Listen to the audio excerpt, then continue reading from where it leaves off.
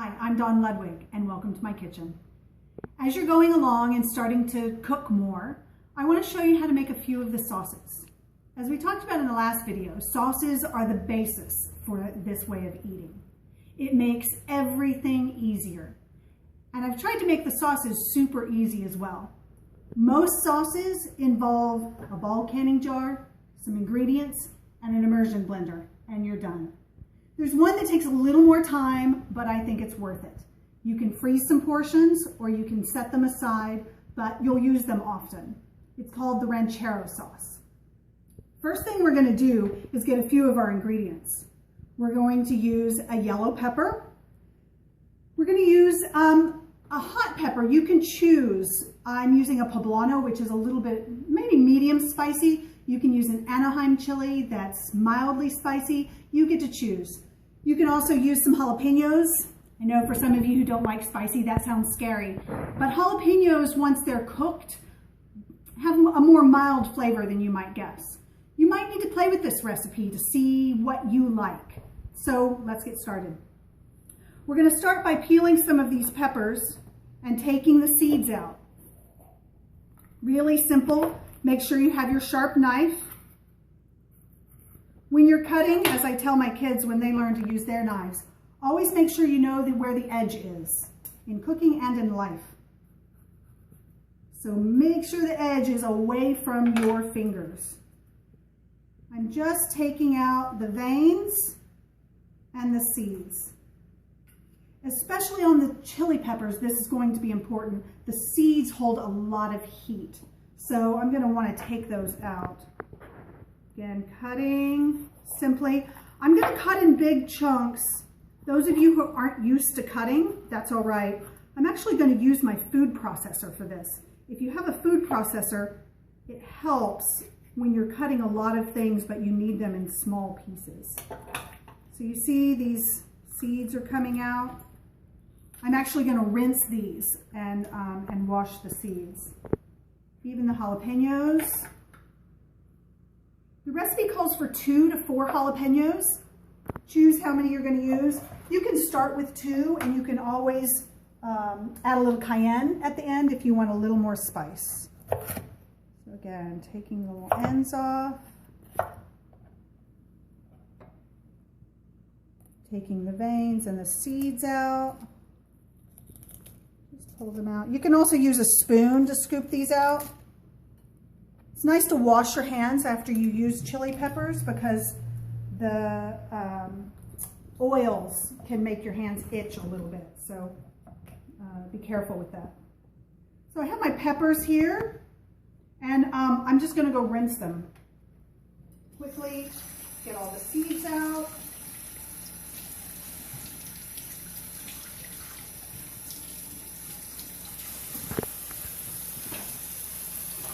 I'm going to put them in my food processor. You don't need a fancy food processor. You know, there are a lot of things in the kitchen that you can spend a lot of money on. And a food processor isn't one of them. You know, for 30, 40 bucks, you can get a simple food processor. Works just as well as any of the more expensive ones. If you don't have a food processor, that's all right. Remember I told you about those chili oils. Ooh, they'll get to you. All right, so we have our peppers cut up. Now we're going to cut up an onion. And again, we're going to cut in big chunks. We don't need any special techniques. Just cut it in big chunks. Take the skin off. There's that outer hard, tough layer. Really simple. We're going to put it in our food processor.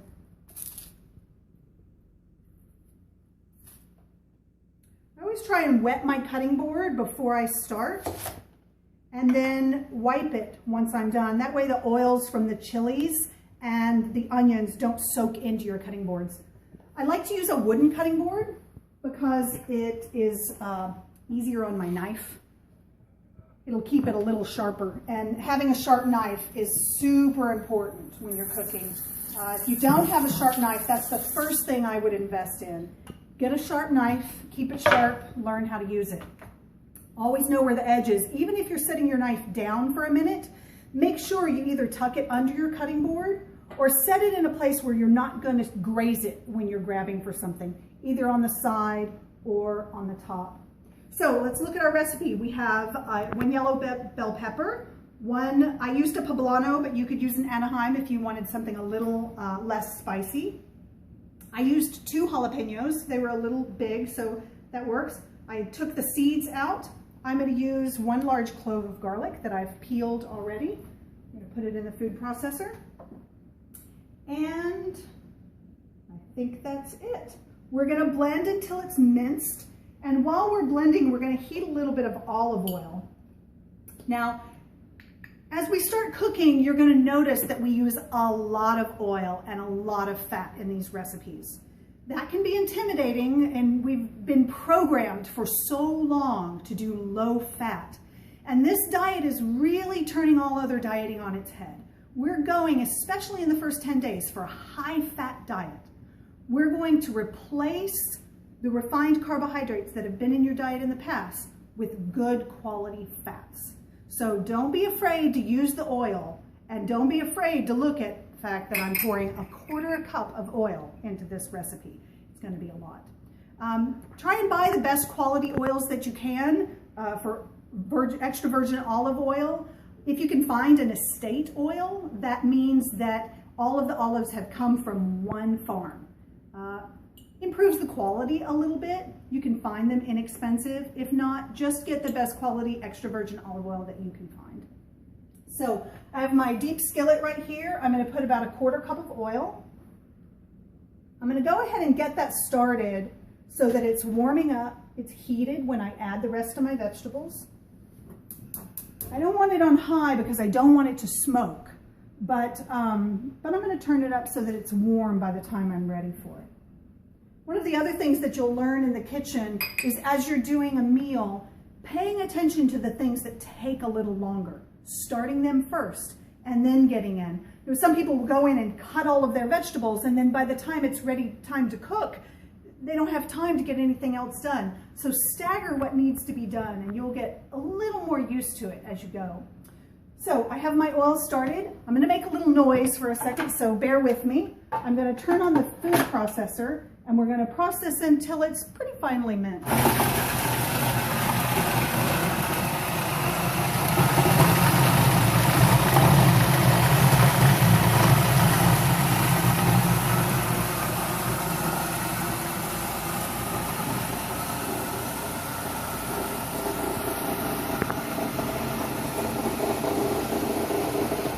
You might need to occasionally open the food processor, wipe down the sides with a spatula. I like to use a silicone spatula. They don't melt or stain up to a very high temperature, so I don't have to worry about it melting if I'm sauteing with it. And the food processor is going to do in just a minute what would take me several. If you're not used to cutting, it might even take you longer.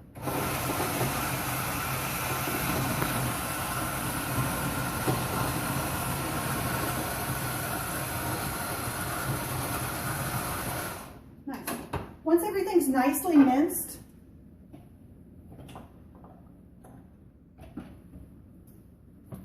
and you can see how beautifully minced that is. It would take us a long time to do that if we were using just our knife, unless we're used to doing it all the time. You'll find I use this method in several of the recipes that need a lot of mincing. Just makes it easy. That's the point. If it's not practical, I'm not going to do it in my kitchen, and I don't expect you to either. So here we go. Notice my oil is hot. You can hear that nice sizzle. Really getting all of the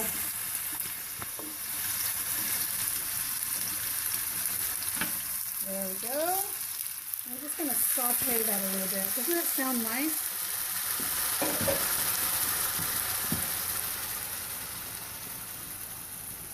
So we're going to add a little salt and a few spices. Now, one of the spices that I like to use a lot is called Mexican oregano.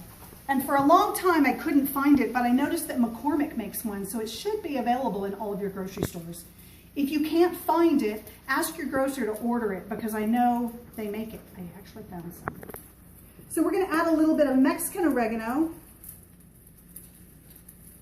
About a tablespoon. The difference, if you can't find Mexican oregano, use regular oregano. The Mexican is spicy oregano, so it's got a little extra bite to it that's really nice. But regular oregano will work as well. So I'm going to add about a tablespoon of that.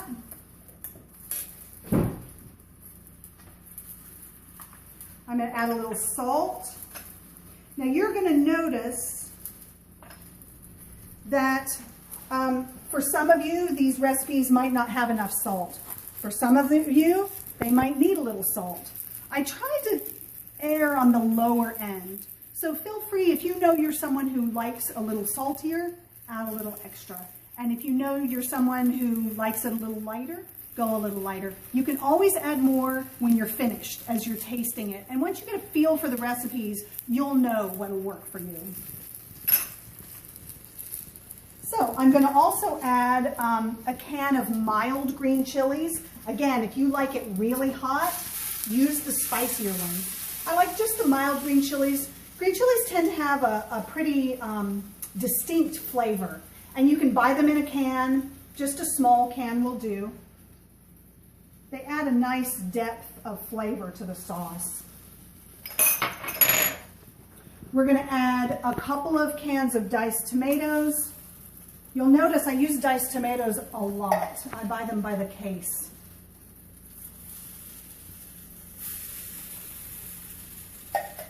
Our oregano, I'm going to put a little black pepper in. I like to use freshly ground black pepper, but you can choose. And again, you can alter the herbs and spices as you want in all of the recipes. The recipes have been engineered with the amount of fat and protein that you're going to need to use, but the herbs and spices are up to you. Really play with them and see what you like. You notice this is just, almost looks like a salsa, but when it's cooked, you get this really rich, flavorful sauce that you can put it on top of a fried egg, put it on top of a burrito or a taco once you get to phase 3. On top of beans, really anything you want. It's a versatile sauce that spices everything up. Let's make sure we've added everything we need. I'm going to put a little bit, this is another spice that I want you to be familiar with. Where did I put it? It's called powdered red chili. Here it is. Now this is different than chili powder. You'll be using chili powder in some of your recipes too.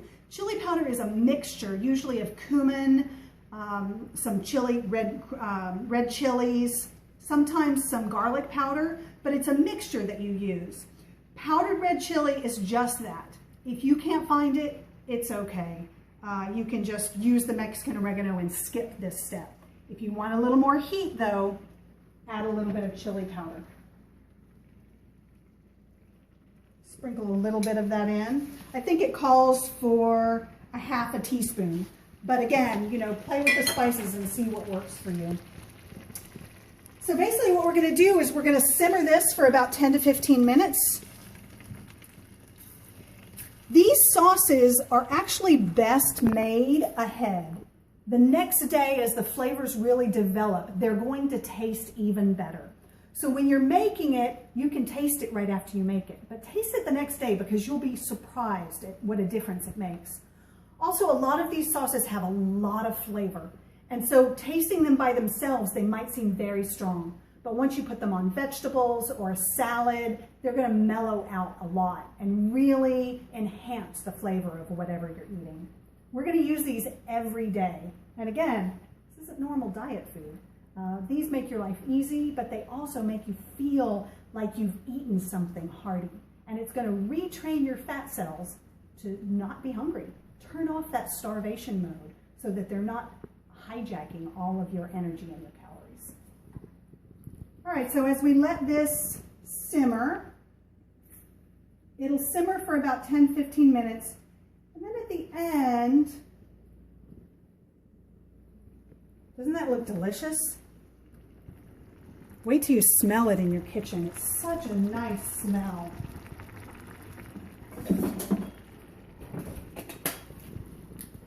So I want to introduce you to another little gem that I love in my kitchen, and that's the Immersion Blender. We're going to use this a lot. It will make your life so much easier. These are a little more expensive.